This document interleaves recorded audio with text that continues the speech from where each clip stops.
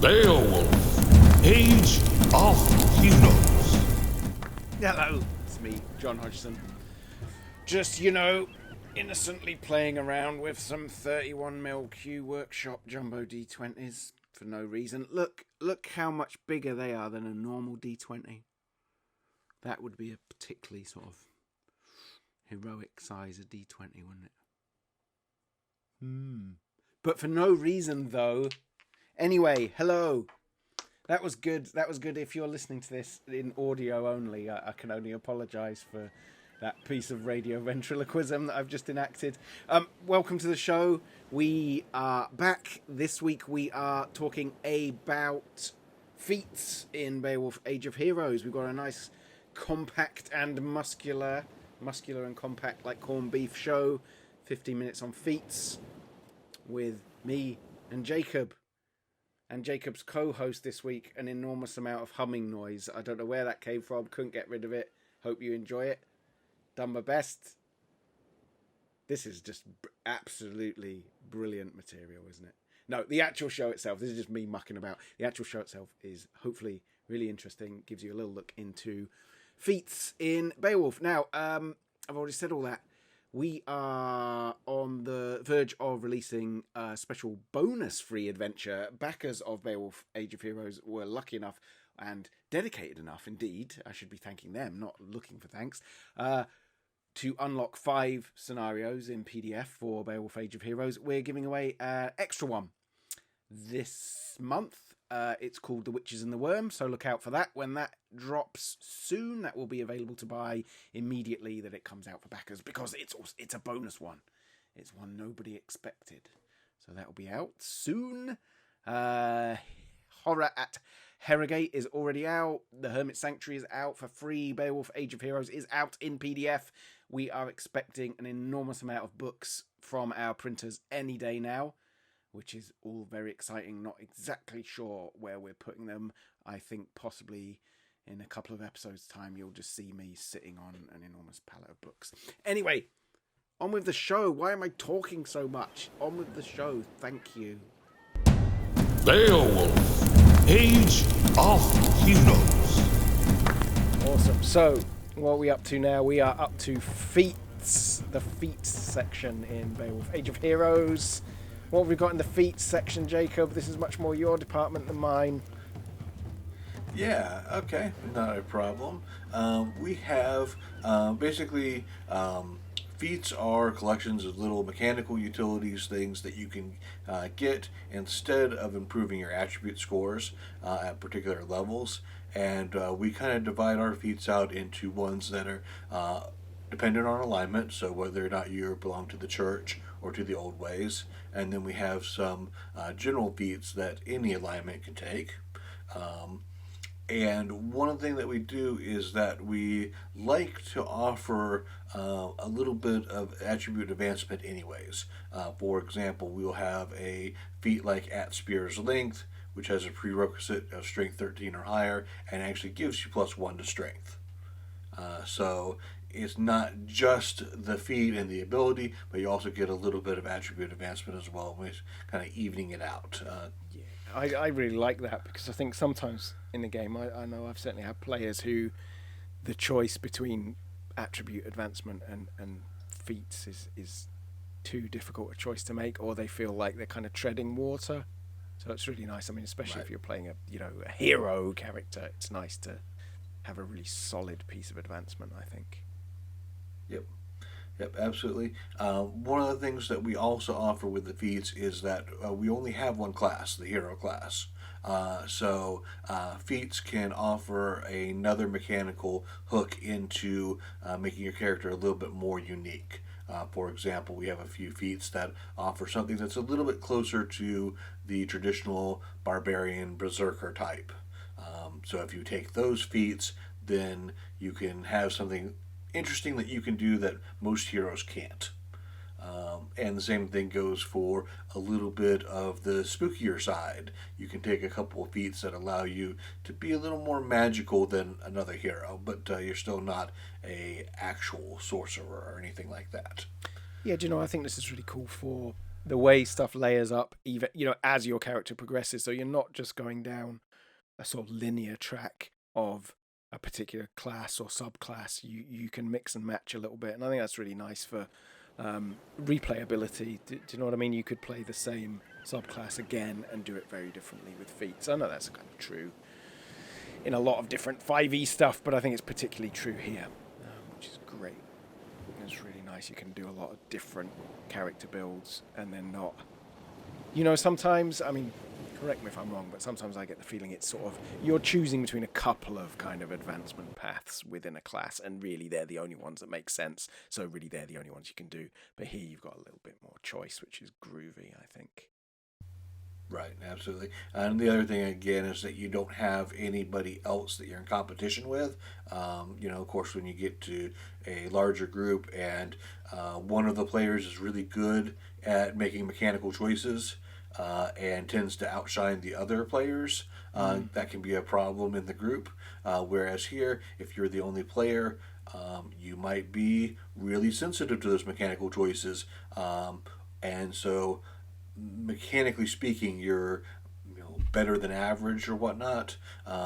Or you could be brand new to the game and just picking anything that you wanted, or picking things based on story reasons instead, and it's not going to affect anything because, again, you're the only player.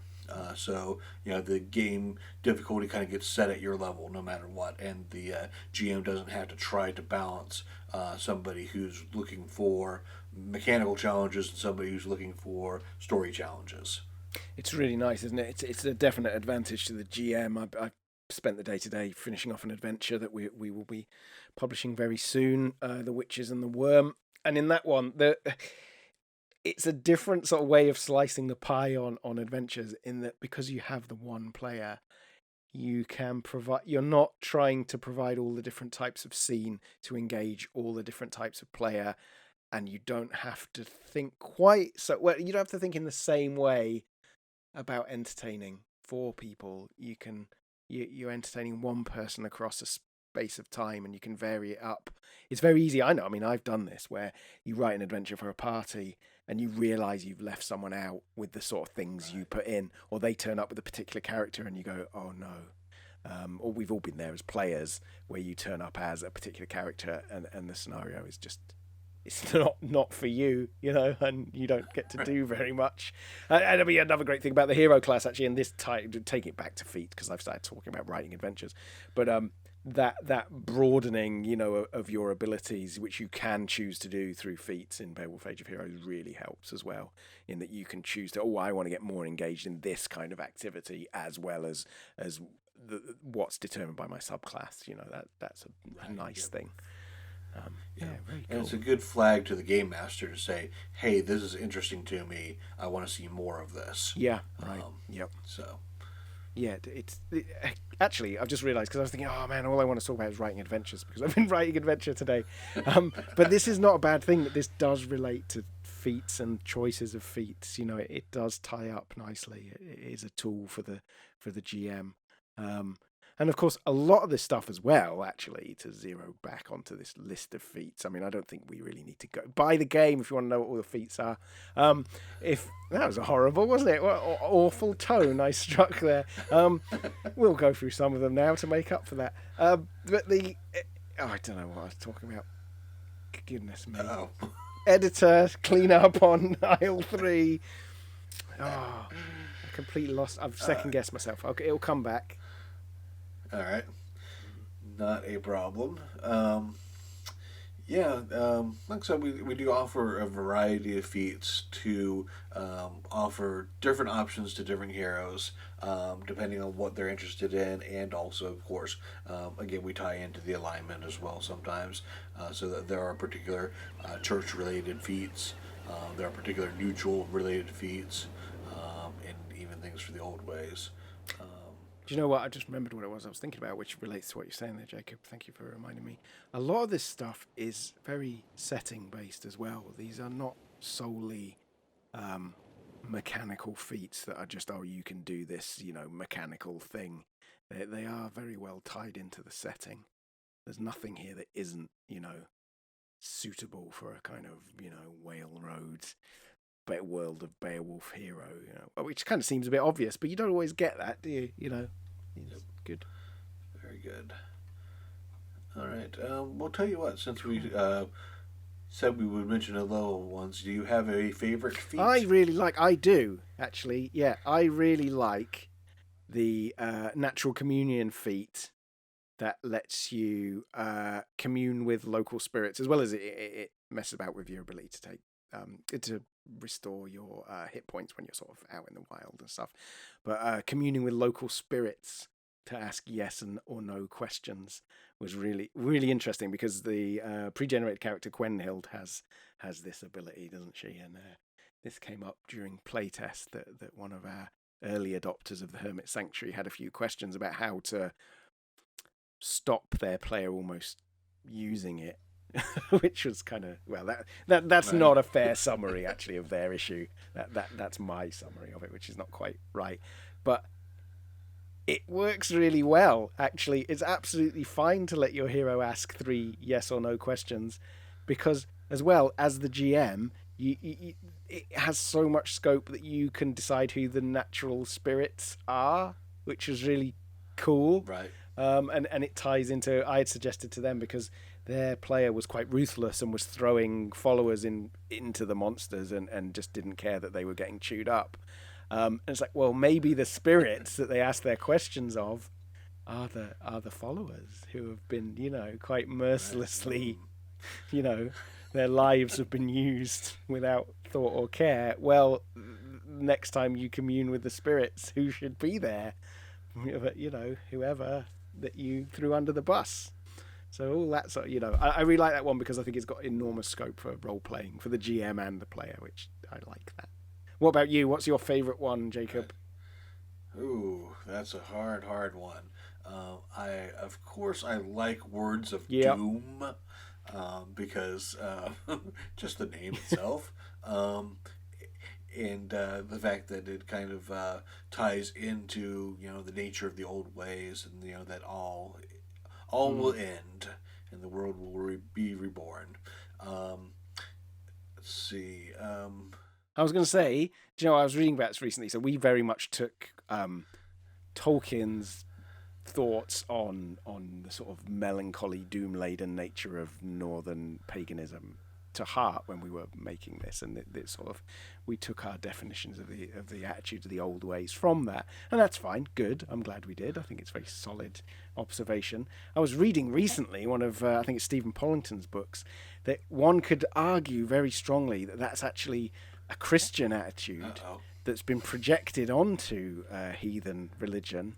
And actually, it was historically speaking, very much an attitude of early Christianity, which I thought was really interesting. I mean, really interesting and sort of, oh no, don't say that, because that's messing with our very neat, our neat categories. But then, of course, it's a game. It's good. It's very thematic, and I don't mind, sort of privileging Tolkien above Stephen Pollington as much as I love Stephen Pollington's book, which I highly recommend, by the way. Oh yeah, reading those, I'm reading The Elder Gods by Stephen Pollington. Absolutely marvellous book, especially as he agrees with an awful lot of conclusions we've made. Excellent. Very good. Very good. Yeah, sorry, and you were going to suggest another one before I interrupted to monologue. Oh, I don't know. I was trying to pick out another one that would be a good complement to Words of Doom. What was I reading early on? Because again, you might have noticed this theme in this podcast that, like, I don't look at things for like 6 months at a time, and then you look at it again and you go, oh yeah, that's good, like it's new. It was one of the charisma ones I was looking at that I just thought was really cool. Hordebreaker, yeah. So you increase your charisma score by 1, and when you kill an opponent in combat, you can use it as a bonus action. Or use a bonus action to force each ally of that opponent to make a charisma saving throw. Difficulty is 8 plus your proficiency bonus plus your charisma modifier, or gain the following feature: Coward. The creature gains the defeated condition when an ally is slain. So that's just really cool for a 1 GM 1 player game. Where the one thing I really like about it is that it's a 2-step process. You go and you do the action and you give them the tag, and then you kill somebody else, and then that tag activates. It's a multi-step process. Yeah. There's an interesting mental shift in playing Beowulf Age of Heroes where you can have a combat with lots of enemies and it isn't necessarily going to be a sort of festival of grinding down hit points. If you've got the right combo of stuff and the right followers, you can sort of tie up the opponents. If you can figure out what their defeated criteria are, you can end the fight pretty quick. And I really like that. It's really good. It's really sort of epic saga stuff, isn't it? You know, you strike the right blow and everyone flees in terror or what have you. I love it. It's really good. And it does. I mean, it's very naughty because it changes the basis of how you play 5e in that, you know, it's sort of so many bags of hit points rock up and you're supposed to pierce them all until the hit points run out of the bags. But we don't do it that way, which is good. It's nice. Nice to play something different, you know. Cool. I'm being really opinionated today in a slightly unpleasant way. I think I've had too much coffee. Or more than usual, anyway. Hey ho, it'll all come out in the edit. Fair enough. So yeah, lots of, I mean, yeah, do you think that, I think that's what gives everyone a picture of the sort of things we're doing, doesn't it? I like, yeah, it's great that you get ability score increases. That's good. With abilities, you know, alongside feat stuff. Oh, and I'll say one more thing about the feats. There are a couple spear feats, which again ties into our whole thing about spears are always free and always available. So, you know, if you're the sort of character that finds themselves losing their weapons along the way, take one of the spear feats, and then you'll not only do you get it for free, you also get to do something special with it. That is awesome. I've been struggling not to leap into the RPG Net thread at the moment about spears in 5e, but all I've got to say is, you know, we have those in Beowulf, and you can always have a spear. It's not really a very, you know, thoughtful contribution to the thread, but spears are really important. Cool. Awesome. So yeah, I think that's probably us for feats, isn't it? I think that's a good summary of what is going on in the world of feats. That will make absolutely. I think that's probably a chunk. That's a 15-minute show. Good grief. Yeah. Thanks for tuning in. I hope you enjoyed it. Like and subscribe. Yeah, wow. Yeah, that's Bell. Yeah, nice. Beowulf, Age of Heroes. And there you have it. It's another show in the can. It's a radio classic. Thank you for tuning in. We do appreciate it. Let us know if you'd like. I've been thinking, you know, we're working our way through the book. If there's anything else you'd like us to talk about, you know, while we're doing that, that could be an exciting addition to the show. Anyway, I am off to play some more with my Beowulf miniatures and, for no reason at all, some jumbo D20s. Imagine if there was 3 of them. So you had one for each alignment die in Beowulf.